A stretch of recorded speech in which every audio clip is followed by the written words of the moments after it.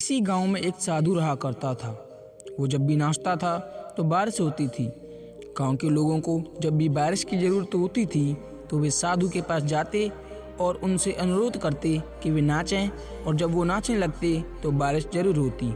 कुछ दिनों बाद 4 लड़के शहर से गांव में घूमने आए। जब उन्हें यह बात मालूम हुई कि किसी साधु के नाचने से बारिश होती है तो उन्हें यकीन नहीं हुआ।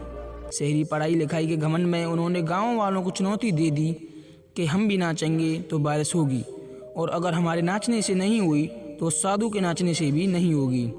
फिर क्या था, अगले दिन सुबह सुबह ही गांव वाले उन लड़कों को लेकर साधु की कुटिया पर पहुंचे। साधु को सारी बात बताई गई।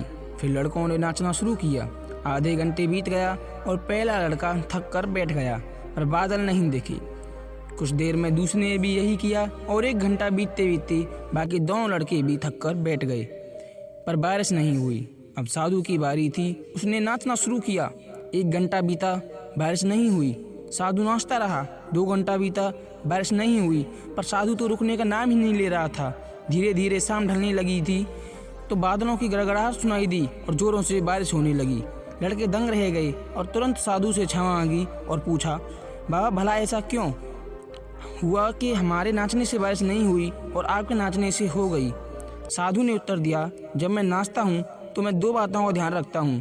पहली बात, मैं ये सोचता हूँ कि अगर मैं नाचूंगा तो बारिश को होना ही पड़ेगा, और दूसरी ये कि मैं तब तक नाचूंगा कि जब तक बारिश ना हो जाए।